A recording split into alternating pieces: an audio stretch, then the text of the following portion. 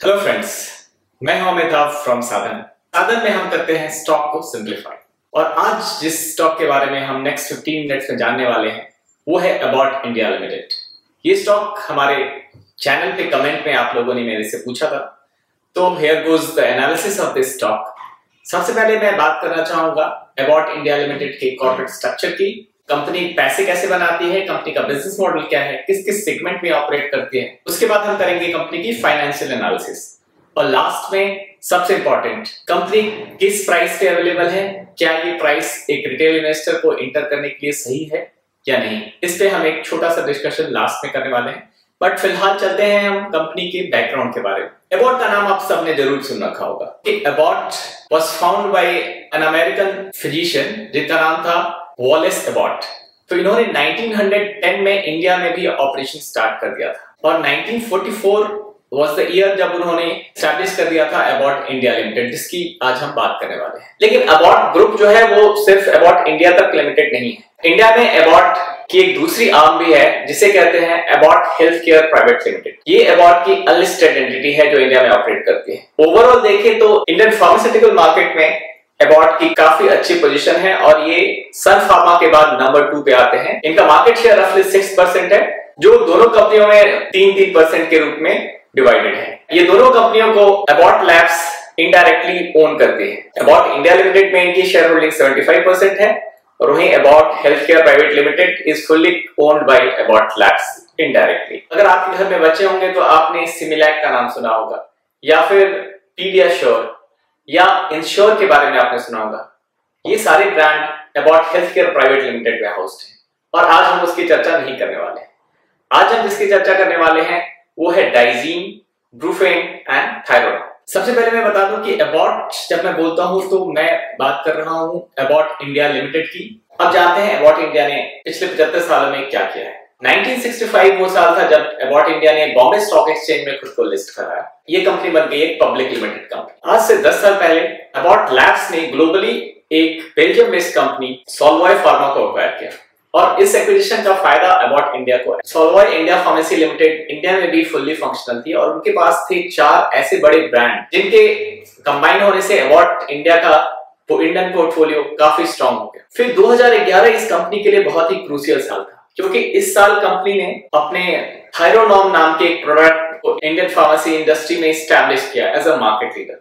वैसे तो इनके पास बहुत सारे मार्केट लीडिंग प्रोडक्ट हैं, बट इस प्रोडक्ट में इन्होंने एक बहुत ही इनोवेटिव तरीके से मार्केट लीडरशिप एक्वायर की और इसके बाद 2015 में कंपनी ने वेंचर किया वैक्सीन की तरफ। अब कंपनी के बिजनेस मॉडल के बारे में बात करते हैं। कंपनी 2 तरीके से पैसे बनाती है। सबसे पहला सेगमेंट जो 37% कंट्रीब्यूट करता है वो है ट्रेडिंग। अबाउट लैब्स का ग्लोबली एक Denmark based company novo Nordisk के साथ मार्केटिंग अरेंजमेंट, जहां नोवो नॉर्डिस्क अपने प्रोडक्ट को अबाउट को सप्लाई करती है और अबाउट उसका मार्केटिंग एंड डिस्ट्रीब्यूशन मैनेज करते हैं। इस काम के लिए उन्हें मिलता है 5% at EBITDA level. For Abbott India limited this is a 5% margin gain. दूसरा जो मेन बिजनेस है, the mainstay of Abbott India limited is branded drugs. Branded drugs से आता है इनका 63% ऑफ रेवेन्यू। ब्रांडेड ड्रग्स में क्या क्या आते हैं ये हम सेगमेंट वाइज एनालाइज करते इसमें डिस्कस करेंगे। वैसे तो कंपनी सेगमेंट वाइज इंफॉर्मेशन नहीं देती, लेकिन मैंने कुछ इक्विटी रिसर्च रिपोर्ट्स और कुछ रिसर्च करके आपके लिए ये एनालिसिस प्रेजेंट किया, जहां पे मैं बताऊंगा कि सेगमेंट वाइज कंपनी कैसा कर रही है। तो इस चार्ट पे आप देख सकते हैं कि 37% रेवेन्यू जो है वो एंटी डायबिटिक से आ रहा है और ये 37% वही रेवेन्यू है जो अभी मैंने आपको बताया था कि इन्होंने मार्केटिंग टाई अप किया हुआ है विथ नोवो नॉर्डिस्क, ये वही रेवेन्यू है। इसमें कंपनी के पास एंटी डायबिटिक ट्रीटमेंट वाले प्रोडक्ट हैं जैसे तो लार्जली इंसुलिन बेस्ड है। तो मैंने मार्जिन के बारे में पहले ही बता दिया, ये लो मार्जिन है बट हाई वॉल्यूम है क्योंकि ये प्रोडक्ट इंडिया में काफी तेजी से बिक रहा है और इंडिया में इस प्रोडक्ट्स की काफी अच्छी रेपुटेशन है। साथ ही साथ मैं ये भी बता दूं कि ये इंसुलिन बेस्ड प्रोडक्ट जो है वो प्राइस कंट्रोल के अंदर आते हैं।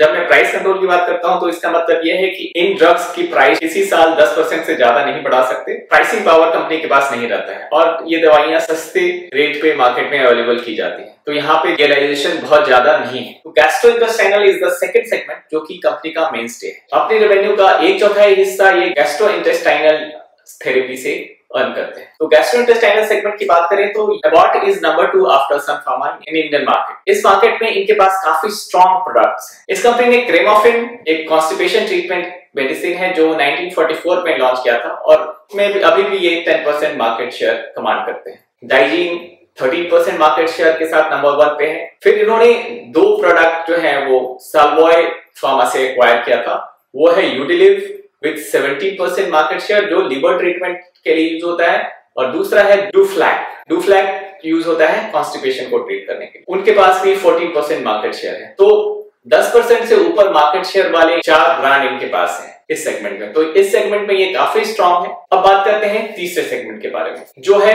Women care. ये कंपनी अपनी रेवेन्यू का 20% अर्न करती है वुमेन हेल्थ से, और वुमेन हेल्थ में इनका सबसे बड़ा प्रोडक्ट है थायरोनॉम। थायरोनॉम एक ऐसा मेडिसिन है जो कि हाइपोथायराइडिज्म को ट्रीट करने। Hypothyroidism is a very prevalent disease generally found in women, और ये एक ऐसी बीमारी है जिसके बारे में लोगों को ज्यादा पता नहीं हो। 2011 में इस कंपनी ने कुछ इनोवेटिव, इन लोगों ने घर घर जाकर के फ्री कैंप्स ऑर्गेनाइज किए जहां पे वो लोगों को इस बीमारी के बारे में बताते और अपने प्रोडक्ट के बारे में भी साथ में बताते। तो इस तरह के इंफॉर्मेशनल कैंप ऑर्गेनाइज करने के कारण इस कंपनी की सेल उस साल काफी तेजी से बढ़ी। 2010 में हाइपोथायराइडिज्म को ट्रीट करने के लिए 2 मेजर मेडिसिन, और इन दोनों मेडिसिन ने 40% मार्केट कैप्चर किया हुआ था।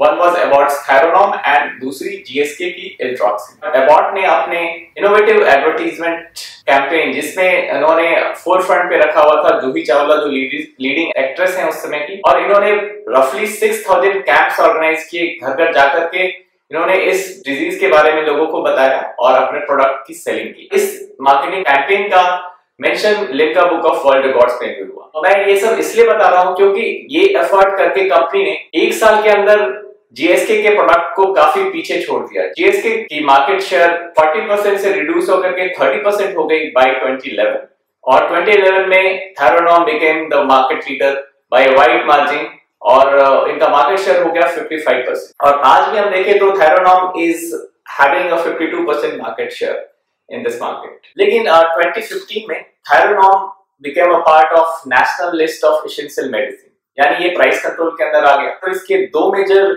जो डोसेजेस थे 100 mcg एंड 50 mcg, उस पे गवर्नमेंट ने प्राइस कैप कर दी। इस कंपनी ने अपने डिफरेंट डोसेजेस बढ़ा करके इस मार्केट में अभी भी लीडरशिप मेंटेन की हुई है, और ये सेगमेंट अभी भी काफी प्रॉफिटेबल है फॉर दिस कंपनी। अब मैं बात करना चाहूंगा इस सेगमेंट के दूसरे major medicine, that is डुफास्टन।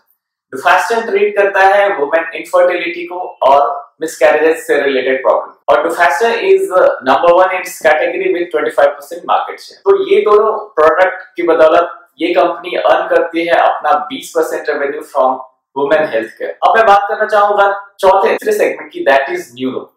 Neuro यानी ब्रेन से रिलेटेड बीमारियों को ट्रीट करने के लिए एबॉट के पास है वर्टिन। वर्टिन ट्रीट करता है वर्टिगो से, जहां पे ये मार्केट लीडर है, और डिप्रेशन को भी ट्रीट करने के लिए इनके पास एक मेडिसिन है जिसका नाम है प्रोथियाडिन। जहां वर्टिन का मार्केट शेयर 30% है, वहीं प्रोथियाडिन का मार्केट शेयर 7% के करीब। न्यूरो जो ओवरऑल 11% ऑफ रेवेन्यू कंट्रीब्यूट करता है फॉर एबॉट्स, और कंपनी की सबसे नई एंट्री जो हुई वो है वैक्सीनेशन में। वैक्सीनेशन में ये कंपनी आई 2015 में, और पिछले 5 साल में इस सेगमेंट की रेवेन्यू कंट्रीब्यूशन 0 से बढ़कर के 4% हो गई, और इसमें सबसे बड़ा कंट्रीब्यूशन रहा है एक वैक्सीन का जिसका नाम है इन्फ्लुवैक। ज्यादातर कंपनियां चाइल्ड वैक्सीनेशन पे फोकस करती हैं, लेकिन इस कंपनी ने एडल्ट वैक्सीनेशन पे को मद्देनजर रखते हुए कुछ ऐसे वैक्सीन लॉन्च किए जो कि एडल्ट्स को भी यूजफुल हैं, जैसे टाइफाइड से वैक्सीनेशन, इन्फ्लुएंजा से वैक्सीनेशन वगैरह। और इन्फ्लुएंजा में इनका जो प्रोडक्ट है दैट्स कॉल्ड इन्फ्लुवैक, 60% से ज्यादा मार्केट कैप्चर इन्होंने इस प्रोडक्ट के थ्रू कर लिया है।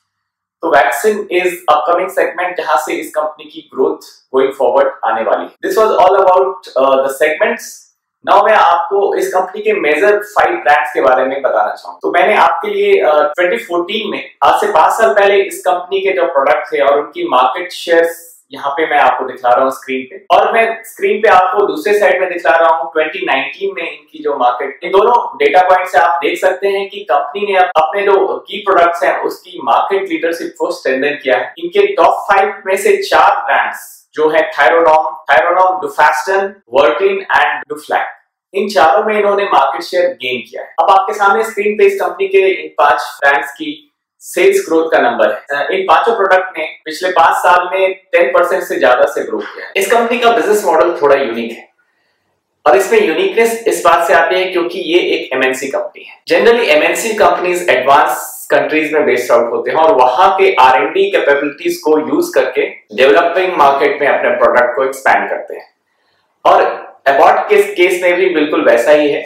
और इसी कारण एबॉट इंडिया को R&D पे ऑलमोस्ट 0% स्पेंड करना होता है, जो इनके मार्जिन्स को बढ़ा देता है बाय रफली 8 to 10%। अगर मैं इनके मार्जिन्स को इनके पीयर से कंपेयर करूं तो इन्हें रफली 10% का ज्यादा मार्जिन मिलता है at EBITDA level because of no expenditure on research and development. Normally MNC companies को अपने पेरेंट को रॉयल्टी फी देनी होती है जो सर्टेन परसेंटेज और रेवेन्यू होता है, लेकिन एबॉट इंडिया के शेयर होल्डर्स के लिए good news is that Abbott labs जो इनकी पेरेंट है और इनकी मेजर शेयर होल्डर है, वो एबॉट इंडिया से कोई रॉयल्टी पेमेंट नहीं देती। ये इस कंपनी के बिजनेस मॉडल को और यूनिक बना देता है। कंपनी का सबसे ज्यादा एक्सपेंडिचर जाता है वो है मार्केटिंग में, क्योंकि ये कंपनी प्योरली एक मार्केटिंग एंड एडवर्टाइजिंग कंपनी है। ये कंपनी अपना मैन्युफैक्चरिंग भी मोस्टली आउटसोर्स करती है और रफली 30 to 40% प्रोडक्ट वो इंडिया में अपने गोवा बेस्ड प्लांट में बनाते हैं। 60 to 70% प्रोडक्ट का मैन्युफैक्चरिंग आउटसोर्स किया हुआ है। तो ये एक ऐसी कंपनी है जो प्योर प्ले मार्केटिंग बेस्ड है और ये मार्केटिंग में काफी फोकस्ड है।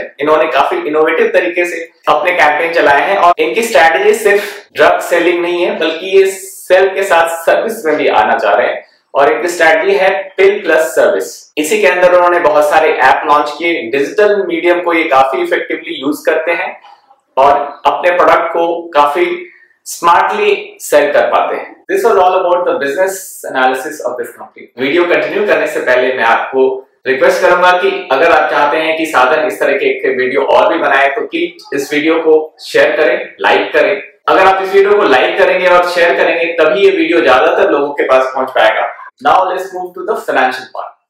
फाइनेंशियल पार्ट में सबसे पहले हम प्रॉफिट एंड लॉस स्टेटमेंट देखते हैं। तो मैंने आपके सामने पिछले 5 साल की इनकी टॉप लाइन और बॉटम लाइन को प्लॉट किया है। पिछले 5 साल में इन्होंने अपनी टॉप लाइन को रफली 12% से इंक्रीज किया है और बॉटम लाइन इंक्रीज हुई है बाई 21%। तो टॉप लाइन में जो क्लियर ग्रोथ आपको दिख रहा है कि 2000 से बढ़कर के आज वो 4000 करोड़ की टॉप लाइन जनरेट कर पा रहे हैं कि प्रॉफिटेबिलिटी भी 250 करोड़ से बढ़कर के रफली 600 करोड़ आज के date. Company is on a clear growth path, ये हम नंबर्स देख करके कह सकते हैं। बट सिर्फ प्रॉफिट एंड लॉस स्टेटमेंट से बहुत चीजें क्लियर नहीं होती। तो मैंने आपके सामने फ्री कैश फ्लो का चार्ट भी प्लॉट किया है। ये कंपनी काफी strongly free cash flow generate कर रही है। जो 2016 में इस कंपनी ने रफली 220 करोड़ का कैश फ्लो जनरेट किया। FY20 की बात करूं तो इन्होंने 400 का नंबर क्लॉक किया है in terms of free cash flow. Company ना सिर्फ प्रॉफिट बना रही है बल्कि कंपनी के शेयर होल्डर्स के पास भी पैसे आ रहे हैं and Abbott is a dividend paying stock as well. Company की बैलेंस शीट की बात करूं तो कंपनी की बैलेंस शीट में काफी कैश है। Company is almost debt free. Company ने नेग्लिजिबल रफली 75 करोड़ का डेट लिया था FY20 में फॉर द फर्स्ट टाइम और अभी वो आउटस्टैंडिंग रिड्यूस होकर के 60 करोड़ के आसपास हो गया है। तो कंपनी वर्चुअली डेट फ्री है। इस कंपनी का फाइनेंशियल बैकग्राउंड काफी साउंड है जैसा मैंने आपको ब्रीफली बताया। तो फाइनेंशियल्स में ज्यादा टाइम नहीं स्पेंड करते हैं और let's move to the most important part and that is valuation. Abbott labs की वैल्यूएशन को जानने से पहले मैं आपको एक बहुत ही इंपॉर्टेंट चीज बताने वाला हूं। ये एडवाइस आई है from none other than Warren Buffett and his right hand Mr. Charlie Munger। इन दोनों का कहना है कि बहुत बार आपके पास चॉइस रहती है कि फेयर बिजनेस अवेलेबल होता है एट अ वंडरफुल प्राइस या एक वंडरफुल बिजनेस अवेलेबल है एट अ फेयर प्राइस, यानी बहुत अच्छी बिजनेस अवेलेबल है एट अ फेयर प्राइस। तो आपको हमेशा wonderful business at fair price choose करना चाहिए। तो Warren Buffett and Charlie Munger ने कहा है कि उन्होंने हमेशा ज्यादा पैसा वहां बनाया जहां पे बिजनेस वंडरफुल था और प्राइस फेयर था। एबॉट भी मेरे हिसाब से एक ऐसा ही बिजनेस है जो एक वंडरफुल बिजनेस है और प्राइस जो है वो फेयरली प्राइस्ड। अब प्राइस फेयर है या अनफेयर इसको कैसे डिसाइड करें, इसके लिए जो मैं टूल यूज करता हूं, जो मैं आपको अपने कोर्स में बताने वाला भी हूं, वो है रिवर्स डिस्काउंटेड कैश फ्लो। इसमें क्या करते हैं कि कंपनी की फ्री कैश फ्लो जो मैंने अभी आपको बताया, उस फ्री कैश फ्लो को बेस मान करके हम कंपनी की फ्री कैश फ्लो प्रोजेक्ट करते हैं, एक सेक्युलर ग्रोथ रेट मानते हैं और फिर देखते हैं कि अभी का जो मार्केट कैप है वो